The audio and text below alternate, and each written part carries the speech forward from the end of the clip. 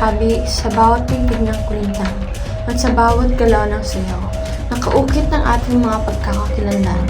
Ang sining ng ating mga ninuno ay isang pamamaanan na dapat pagmalaki at panatilihin.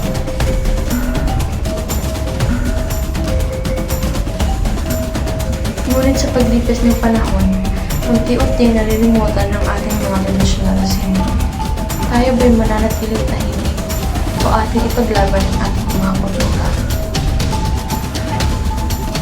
Ang Luzon ay tahanan ng mapukulay na parol ng Pampanga, ng banig ng Ilocos at ng pintalos ng Katipunan ng Cayuga. Sa mga ukit ng Paite na hinabing sa tela ng Cordillera, nakikita ang sining ng may malalim na kahulugan.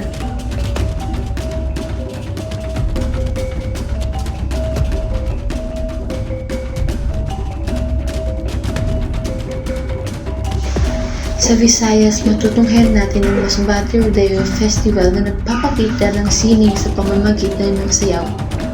Ang Mascara Festival ng Bacolod na puno ng kulay. At ang Hablon Wailing ng Iloilo na sumasailalim sa ating tradisyon.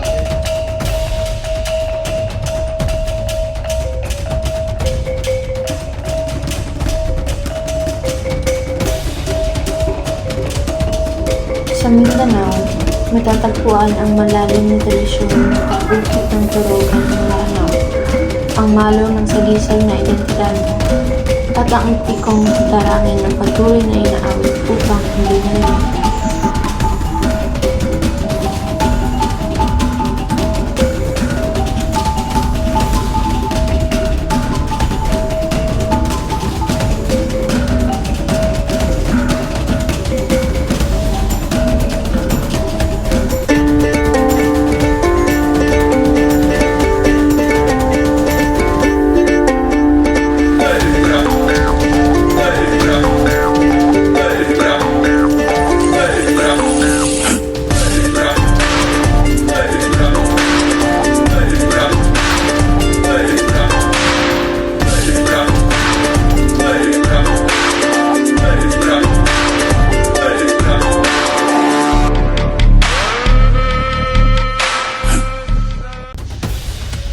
Maging bahagi ng pag-aalaga sa ating pamana.